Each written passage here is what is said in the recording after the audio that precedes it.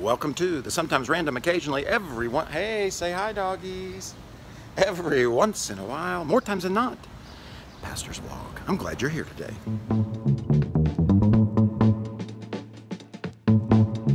We're backstage, getting ready to go get on the four-wheeler. I like that hair, don't you?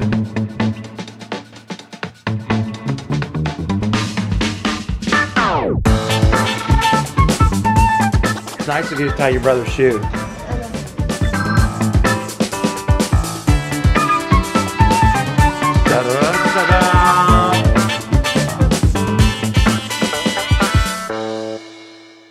is the part of the morning I hate.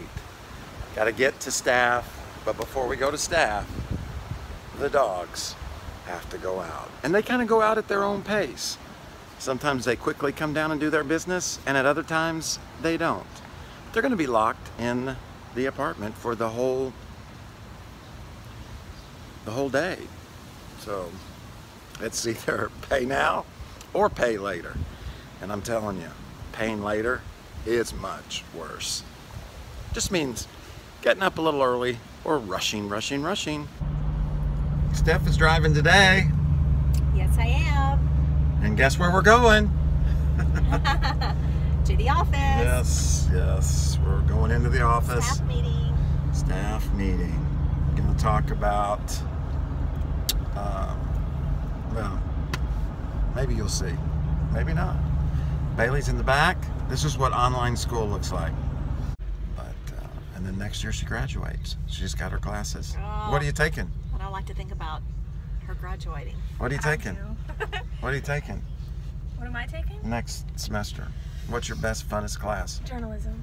Journalism. Just going to learn to write stories. Just journal. She's going to learn to write stories and ask questions.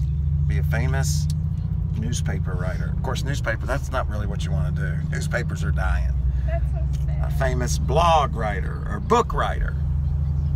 I thought Bailey was coming to hear my great wisdom. Now we know. In reality, it's because of this dude. Hey guys, you know, you can go online. There's a whole lot of different Bibles that you can get online. You can go to your app and download YouVerse, which is a really good app, has a bunch of different translations and that kind of thing.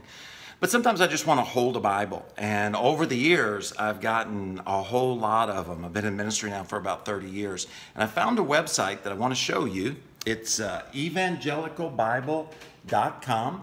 And they've got some great Bibles on there.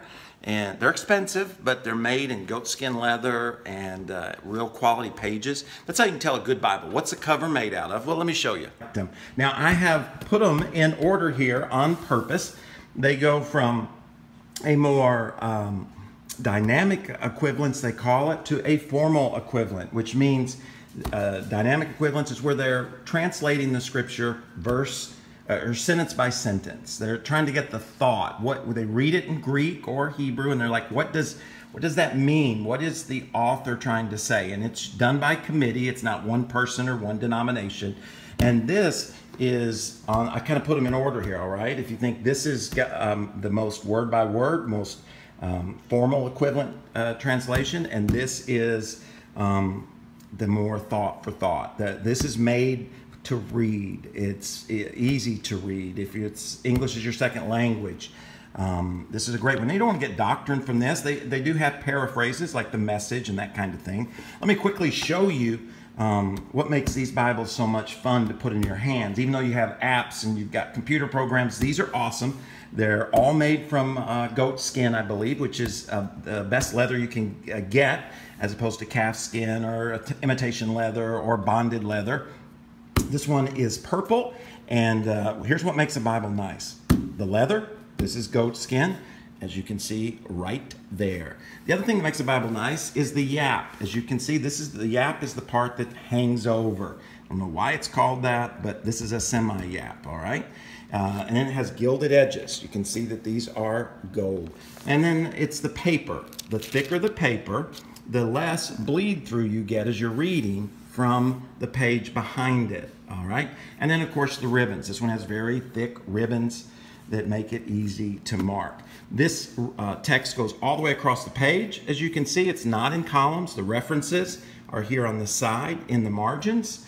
And this is NLT. I use that a lot to read and even teach from it. Then you have the NIV, which kind of splits the middle. More formal equivalent Bibles. You have the New American Standard and the ESV, the English Standard Version.